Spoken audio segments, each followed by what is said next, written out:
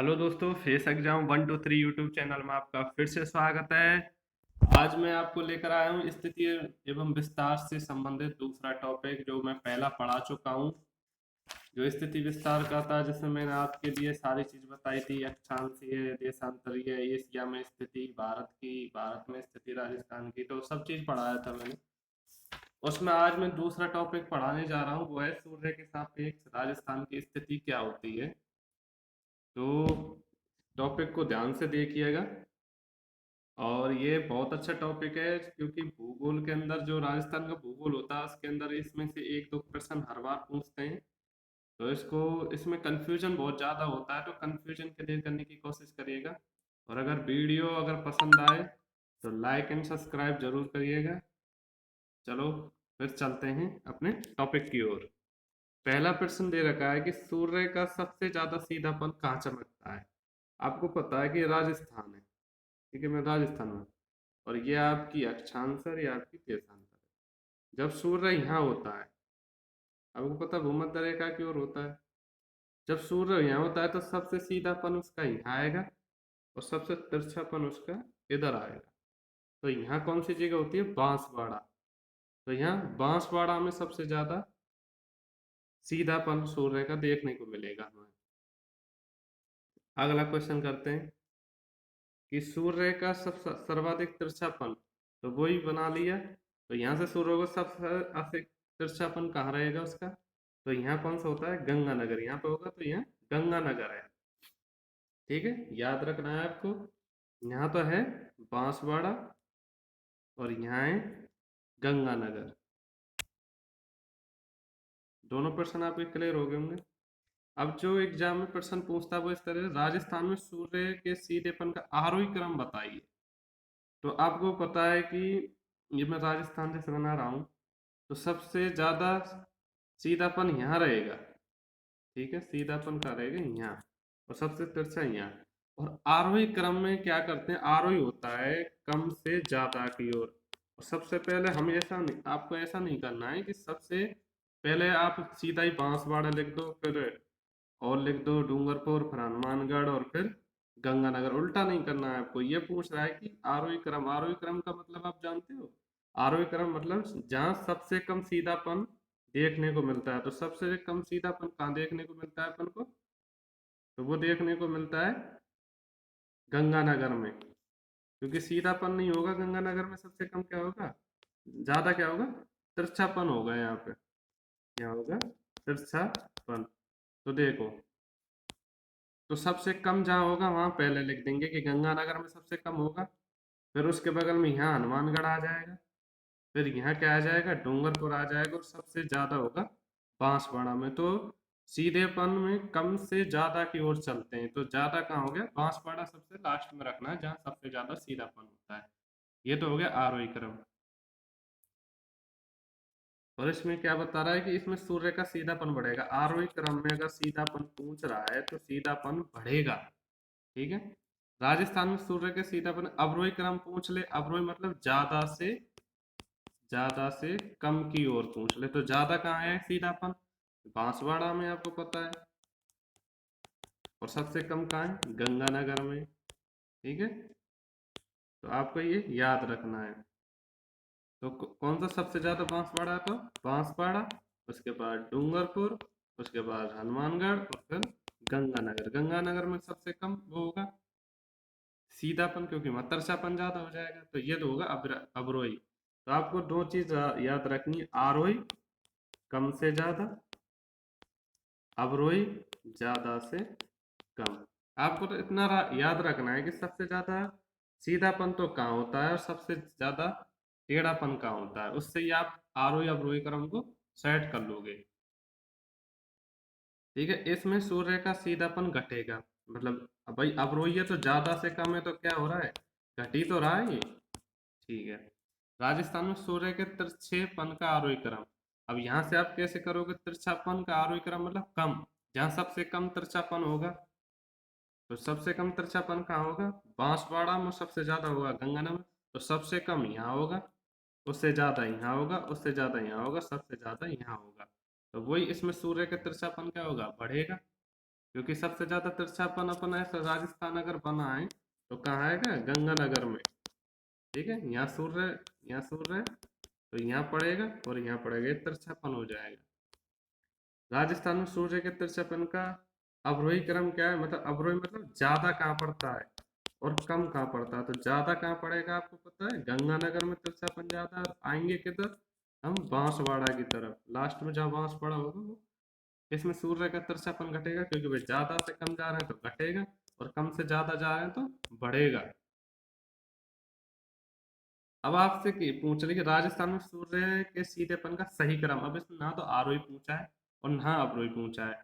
तो सूर्य का सीधापन का सही क्रम क्या है, सीधापन सबसे ज्यादा कहाँ है, बांसवाड़ा में, उसके बाद डूंगरपुर में, उसके बाद प्रतापगढ़ में, फिर झालावाड़ में, फिर उदयपुर में, और फिर यहाँ एक बीच में एक और आ जाएगा हनुमानगढ़ में, हनुमानगढ़ आ जाएगा, और फिर गंगानगर।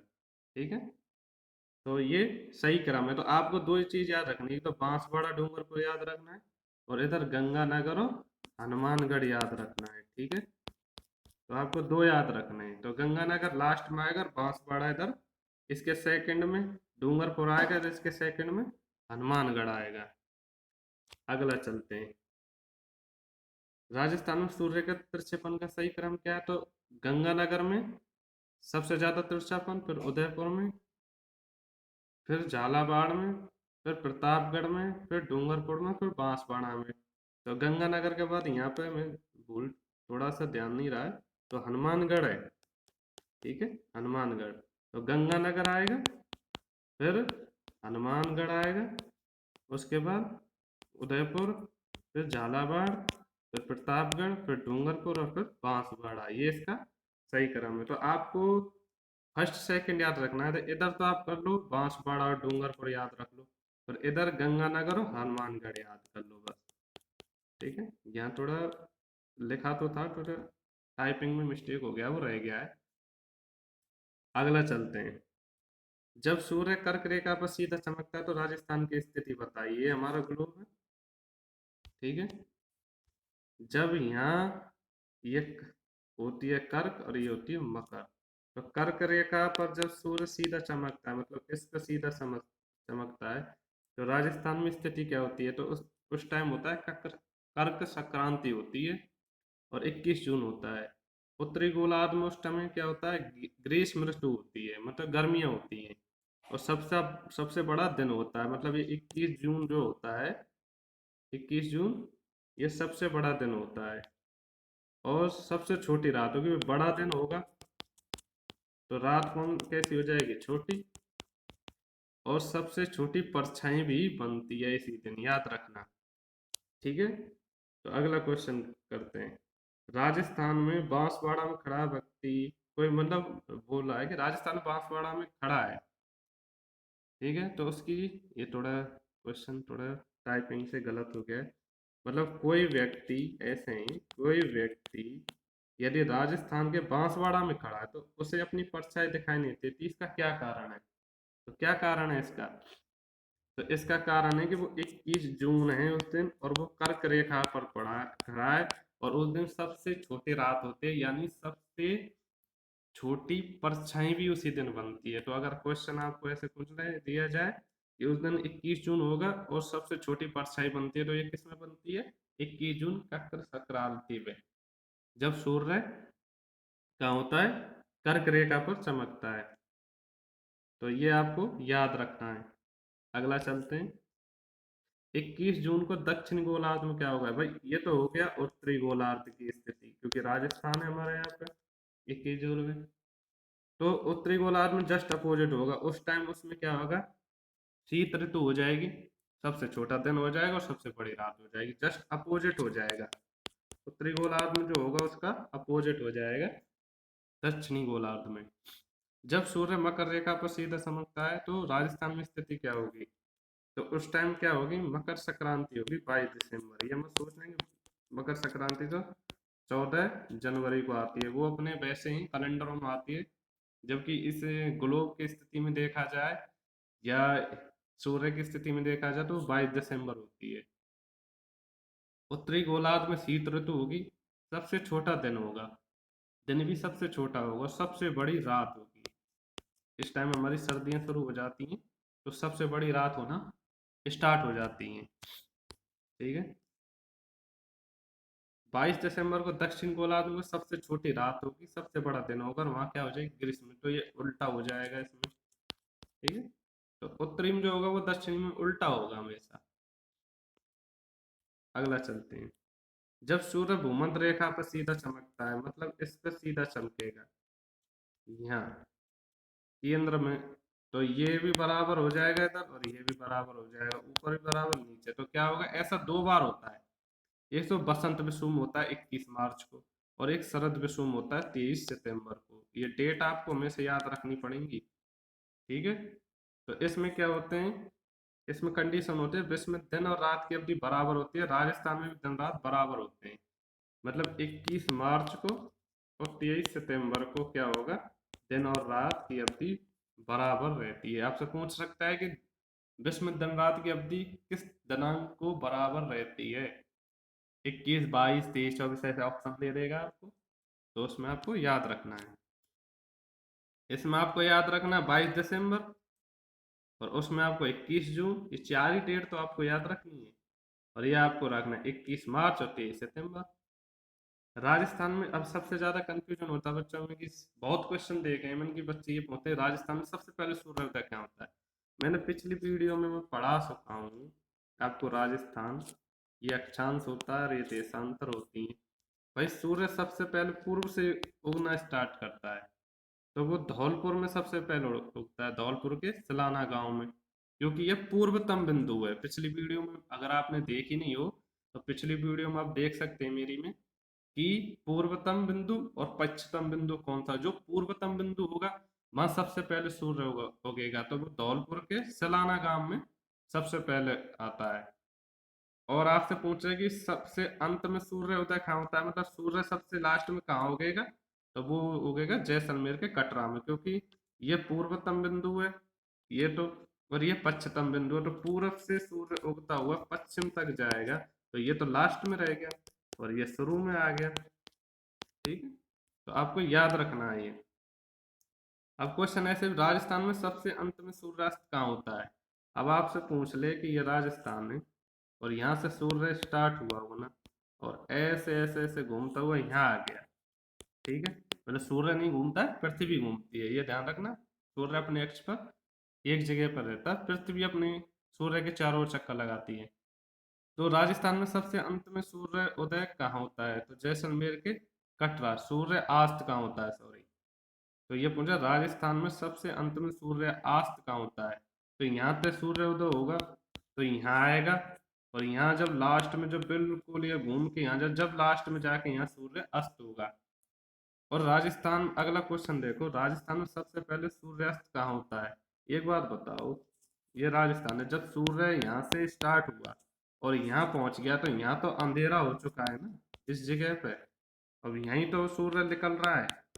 क्वेश्चन में कंफ्यूजन करेगा, जहां से उगेगा ना वहीं सबसे पहले अस्त होगा, क्योंकि सूर्य यहाँ से जा चुका है, अब यहाँ तक गया तो थोड़ा थोड़ा अंधेरा, यहाँ तो टाइम व्यतीत हो रहा है, और सूर्य यहाँ आ गया तो यहाँ उजाला है अभी। अगर आपसे पूछे कि सबसे अंत में पूछे जब, तो यहाँ आएगा जैसलमेर के कटरा में। और सबसे पहले पूछे तो सबसे पहले तो जहां से निकला वहीं तो सबसे पहले अस्त होगा। कंफ्यूजन नहीं होना है आपको कि सूर्य यहाँ से आ चुका है तो सबसे पहले यहाँ होगा, और सबसे अंत में क्योंकि अभी भी यहाँ है सूर्य, और यहाँ से चला जाएगा जब यहाँ, जब सुबह होने वाली होगी ना तब जाके यहाँ अंधेरा होगा। ठीक है, आपको याद रखना है। तो अगला चलते हैं। राजस्थान में सबसे पहले सूर्यास्त कहाँ होता है, सबसे पहले पूछ रहा है, तो जहां से सूर्य उदय हो रहा है, जहां से सूर्य उदय हो रहा है ना वहीं सबसे पहले सूर्यास्त भी वहीं होगा। अगला क्वेश्चन है, सूर्य राजस्थान को पार करने में कितना समय लेता है। अब मैंने आपको पढ़ाया था, आपको याद हो तो, कि पूर्वी देशांतर मैंने पढ़ाया था, कितना पूर्वी देशांतर, और ये पढ़ाए थे मैंने अक्षांश, और वो पिछली वीडियो में आपने पढ़ा हो। तो हमारा जो देशांतरीय विस्तार होता है वो होता है 69 डिग्री 30 मिनट पूर्वी देशांतर से क्या होता है 78 डिग्री 17 मिनट पूर्वी देशांतर के मध्य, और इन दोनों के जो मध्य में जो वो होता है अंतर होता है वो कितना होता है 8 डिग्री और 47 मिनट का होता है। 8 डिग्री तो है ही है, प्लस में 47 मिनट का अगर हम क्या निकालेंगे, अगर हम डिग्री निकालते हैं लगभग ही 1 डिग्री के बराबर होता है, तो 8 प्लस 1 कितनी हो जाएगी 9 देशांतरों के मध्य होता है राजस्थान। ठीक है, ऐसे ये देशांतर यहाँ से सूर्य कितनी देशांतरों को पार करता है, तो ये मतलब ऐसे लिख दो, ये जो हमारा राजस्थान है ये ऐसे देशांतर 1 2 3 4 5 6 7 8 9, मतलब ये मैंने बता दी है बाहर निकल गया है, तो ऐसे ऐसे 9 देशांतरों को पार करते हुए निकलता है। और जब वो एक देशांतर के से दूसरे देशांतर पे आता है तो 4 मिनट का समय लेता है। तो आपको याद रखना है कि 9 डिग्री तो टोटल हो रहा है, क्योंकि 8 डिग्री और 47 मिनट का मैं लगभग 1 डिग्री ले लाता हूँ, तो ये 9 गुना 4 करेंगे तो 36 मिनट का समय लगता है। और आपको अगर 36 मिनट दे रखा हो तो ठीक है, अगर आपको वास्तविक मान दे रखा हो तो वास्तविक मान अगर हम फलाएं 8 डिग्री और 47 मिनट का अगर हम फला के देखें तो लगभग 35 मिनट और 8 सेकंड का समय सूर्य को यहाँ से राजस्थान को पार करने में लगता है। ठीक है, नहीं भूलोगे ना कि कितने 35 मिनट और 8 सेकंड ये एग्जैक्ट टाइम है, और ना तो 9 डिग्री इंटू 4 9 चौको 36, तो इसका 36 मिनट भी दे रखा हो तो ठीक है, और ये दे रखा हो तो ये भी ठीक है। अब भारत का समय ग्रीनविच रेखा से कितना आगे 5.5 डिग्री, मतलब 5.5 घंटे आ गए, मतलब अगर ग्रीनविच रेखा पर 12 रात के 12 बज रहे हैं तो हमारे यहाँ 5:30 सुबह के बज चुके होंगे, तो 5.5 घंटे आ गए। तो अगर वीडियो आपको अच्छी लगी हो, क्वेश्चन आपको अच्छे लेवल के लगे हो, और अगर आपका कंफ्यूजन दूर हुआ हो तो वीडियो को लाइक एंड सब्सक्राइब करेगा। और मेरी अगली वीडियो को देखने के लिए जिन लोगों ने भी अभी सब्सक्राइब नहीं किया तो सब्सक्राइब जरूर करें। धन्यवाद वीडियो देखने के लिए।